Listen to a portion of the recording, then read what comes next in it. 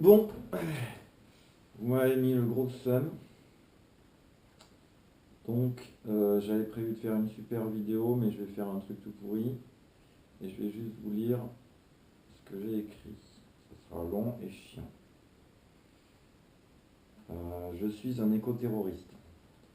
Samedi après-midi, j'ai joué de la batterie sur de la musique douce, de la musique suspecte, de la musique éco-terroriste. En fin d'après-midi, je suis allé faire des courses au hard discount. Des courses suspectes, des courses éco-terroristes.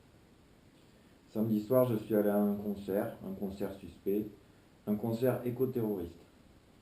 Un concert éco-terroriste sur terrain privé, parce qu'on nous refuse de plus en plus l'accès à l'espace public, contrairement aux fascistes.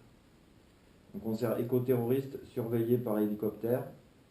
Les gendarmes ont fouillé ma voiture, m'ont fait souffler, m'ont contrôlé la drogue. Ils étaient 30. Je suis un éco-terroriste parce que je n'ai pas les bonnes idées.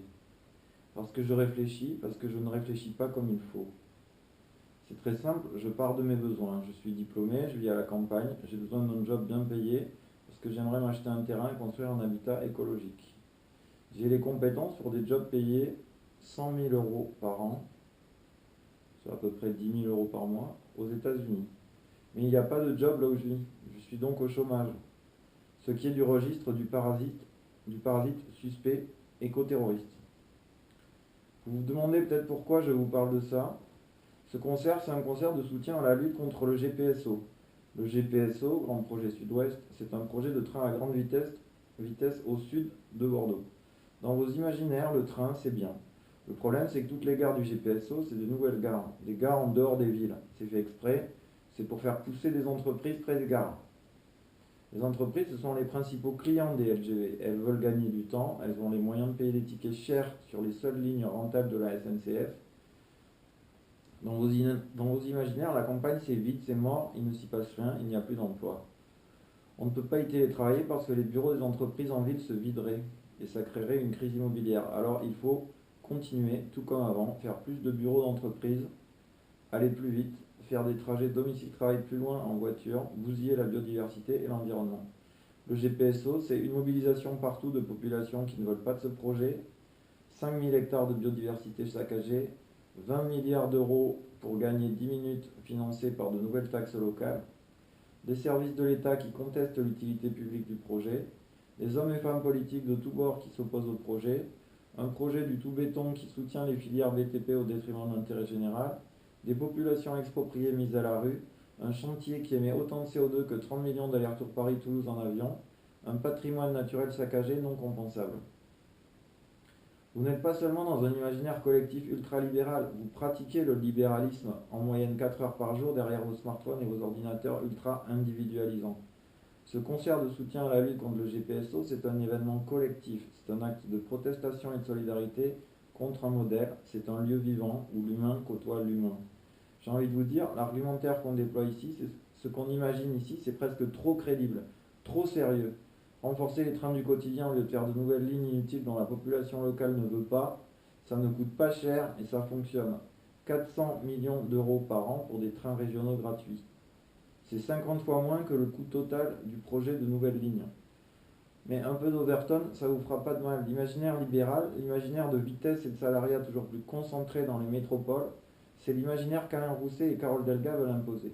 La théorie économique qui fonde cet imaginaire, c'est celle de la monétisation du temps économisé, celle de l'offre d'espace accessible à temps égal, on n'est pas dans l'imaginaire de conquête, mais aussi celle plus classique de Keynes. Alors, je vais vous poser des questions pour pencher un peu moins à droite, pour pencher un peu moins à l'extrême droite. Des questions éco-terroristes. Des questions éco-terroristes exprimées dans la langue de l'oppresseur. Si l'offre d'infrastructures couvre déjà tout le territoire, est-ce que le coefficient multiplicateur de Keynes marche quand même? Spoiler, bof. Quel serait le coefficient multiplicateur d'un quadrillage et d'un maillage fin de tout l'espace régional en pistes cyclables avec des gares vélos de type pôle multimodaux et pôle multi-activités? Quel est le chiffre d'affaires produit par le maintien en bon état de l'ensemble des infrastructures en France, plus un maillage fin en infrastructures cyclables? Selon la théorie de la base en économie, une part importante de la richesse d'un territoire est captée à l'extérieur de ce territoire. La France est le premier pays touristique du monde avec 60 millions de touristes annuels. Quel serait l'effet du tourisme vert induit par des infrastructures cyclables et des aménagements ad hoc pour le tourisme qui couvre toute la région? 2 tiers de l'économie est dite résidentielle, c'est-à-dire que 2 tiers de la richesse créée suit la répartition de la population et 1 tiers de l'emploi, en particulier dans le secteur tertiaire, est massivement télétravaillable, comme la crise Covid nous l'a montré. Quel serait l'impact sur les économies locales de nombreux territoires ruraux de télétravailleurs avec des salaires élevés? Quel est généralement le nombre d'emplois de type animateur ou technicien qu'une commune ou un EPCI rural a besoin pour mettre en mouvement, dynamiser, faire bouger, rendre attractif un territoire? Spoiler 1.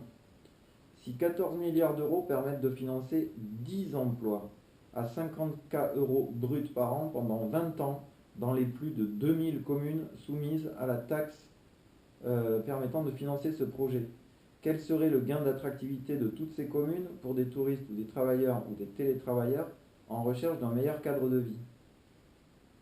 Les néo-ruraux en télétravail s'impliquent-ils plus localement dans des projets socioculturels, d'innovation, d'expérimentation, de recherche, d'économie sociale et solidaire que les navetteurs habitant des villes dortoirs?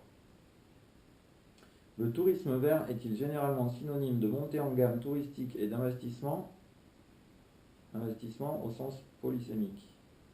Enfin, voilà, interprété polysémiquement. Le fait d'habiter, de vivre, de s'investir dans un territoire local et de navetter moins permet-il de gagner du temps? Le travail est-il en 2024 l'alpha et l'oméga de la sociabilité? Existe-t-il ou pourrait-il exister des synergies entre le développement d'infrastructures cyclables, de projets citoyens d'énergie renouvelable, de pôles multi-activités, de tiers-lieux, de gares multimodales, d'emplois subventionnés, de modèles agricoles non productivistes, de prospérité économique? Le vélo est-il une menace pour la voiture? Si les infrastructures sont devenues le symbole du cœur du système, pourquoi les infrastructures d'hébergement d'OpenStreetMap sont-elles juste à côté de la Banque Centrale Européenne?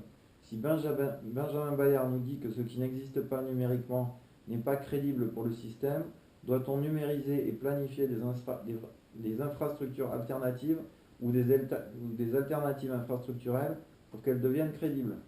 L'innovation et la recherche sont-elles là pour maintenir à flot des secteurs d'activité ou sont-elles là pour penser, anticiper, planifier des changements de modèle? Le changement de vecteur énergétique induit-il des changements de véhicules? Quels sont les effets rebonds de gain de temps lorsque le temps de travail diminue? L'imaginaire et la logique de gain de temps l'imaginaire et la logique de gain de temps et d'offre d'espace accessible à temps égal, sans considération pour la déplétion des ressources, ne risque-t-elle pas d'amener aux véhicules personnels volants, rendant ainsi les TGV technologiquement obsolescents? Voilà, c'est tout pour moi. Merci, salut.